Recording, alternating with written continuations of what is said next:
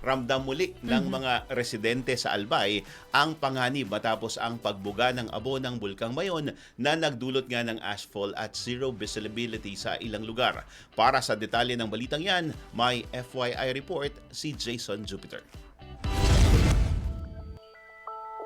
Nagbalik ang takot at pangamba sa ilang bahagi ng Albay matapos muling magbuga ng abo ang Bulkang Mayon na nagdulot ng halos zero visibility sa ilang lugar at malawakang ashfall sa mga komunidad sa paligid nito. Ang ashfall ay ang pagkalat ng pinong abo mula sa isang sumasabog na bulkan. Hindi ito ordinaryong alikabok. Ito ay binubuo ng maliliit na peraso ng bato, mineral at salamin na mula sa loob ng bulkan na ibinubuga sa himpapawid at bumabagsak naman sa lupa. Sa kasalukuyang pag-aalboroto ng Bulkang Mayon, ramdam ng mga residente ang bigat ng epekto nito. Bukod sa pagdudulot ng mababang visibility sa mga kalsada na nagiging sanhi ng aksidente at pagkaantala ng biyahe, abay delikado rin ito sa kalusugan. Maaari kasing magdulot ang ashfall ng iritasyon sa mata, ubo, hirap sa paghinga at lalo nang mapanganib sa mga may hika at sakit sa baga. Hindi rin ligtas ang mga alagang hayop at pananim dahil maaaring malason o matabunan ang kanilang pagkain at tirahan. Ang mga bubong ng bahay naman ay maaari ring bumigat dahil sa naipong abo.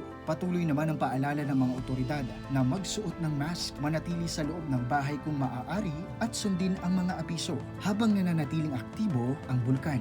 Para sa FYI, Jason Jupiter, Abante. Manatiling nakatutok sa Abante. Sundan kami sa aming mga social media accounts at huwag kalimutang mag-subscribe sa aming YouTube channel, DWAR Abante Radyo, para sa mga eksklusibong balita.